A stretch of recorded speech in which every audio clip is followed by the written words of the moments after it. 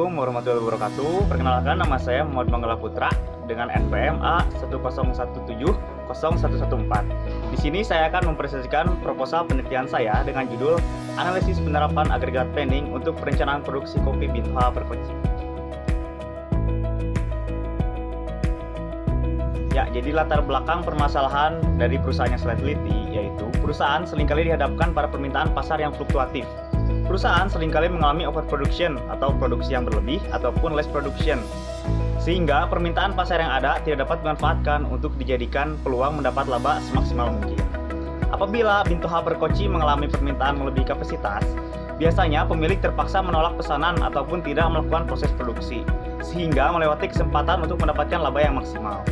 Penyebabnya dikarenakan kapasitas sumber daya manusia yang terbatas, mesin yang terbatas, bahan baku yang terbatas, dan juga perencanaan kerja yang belum terstruktur dan belum bisa dijadwalkan dan diprediksi, sehingga perusahaan terpaksa dihadapkan pada alternatif-alternatif lain.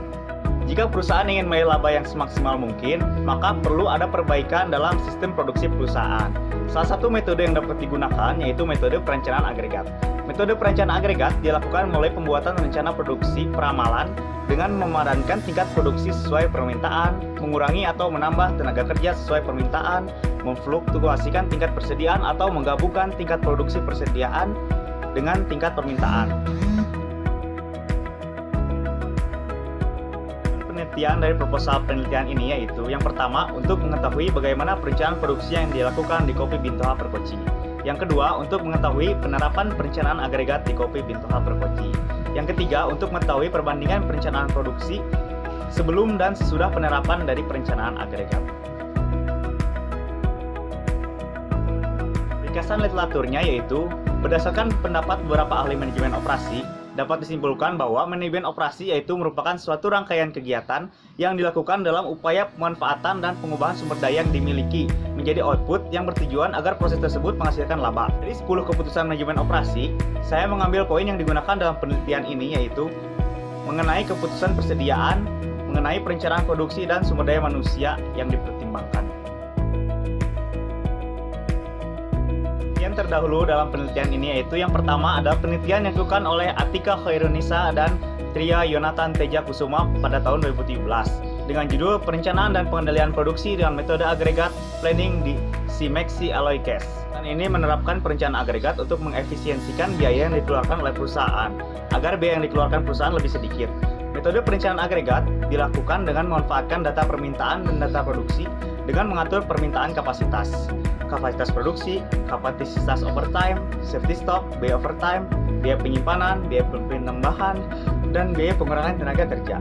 Detailnya diketahui bahwa metode perencanaan agregat yang diterapkan ialah dengan melakukan penambahan atau pengurangan tenaga kerja sesuai permintaan konsumen.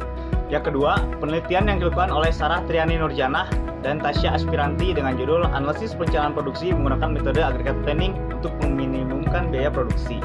Studi kasus pada CV HANA adalah penelitian yang dilakukan oleh Eni Nugraheni dan Hasbi Nuradli dengan judul Aggregate Planning to Minimize Cost of Production in Manufacturing Company pada tahun 2016. Penelitian yang digunakan dalam penelitian saya yaitu menggunakan metode kuantitatif. Dalam pengumpulan data atau informasi yang diperlukan pada penelitian ini, saya menggunakan data sekunder. Variabel dari penelitian yang saya teliti yaitu yang pertama, variabelnya mengenai perencanaan agregat. Terdapat beberapa subvariabel dalam perencanaan agregat. Yang pertama mengenai perencanaan produksi, yang kedua mengenai penerapan perencanaan agregat, yang ketiga mengenai perbandingan penerapan perencanaan agregat sebelum dan sesudah penerapan metode. Terdapat beberapa indikator pada setiap subvariabel yang ada. Pada subvariabel yang pertama, terdapat indikator efisiensi biaya produksi dan efektivitas sistem produksi. Pada subvariabel yang kedua, terdapat indikator perubahan jumlah tenaga kerja, pengendalian tingkat persediaan, dan pengendalian waktu lembur. Sekian presentasi dari saya mengenai proposal penelitian. Terima kasih atas perhatiannya. Mohon maaf jika ada kesalahan. Wassalamualaikum warahmatullahi wabarakatuh. Fearless.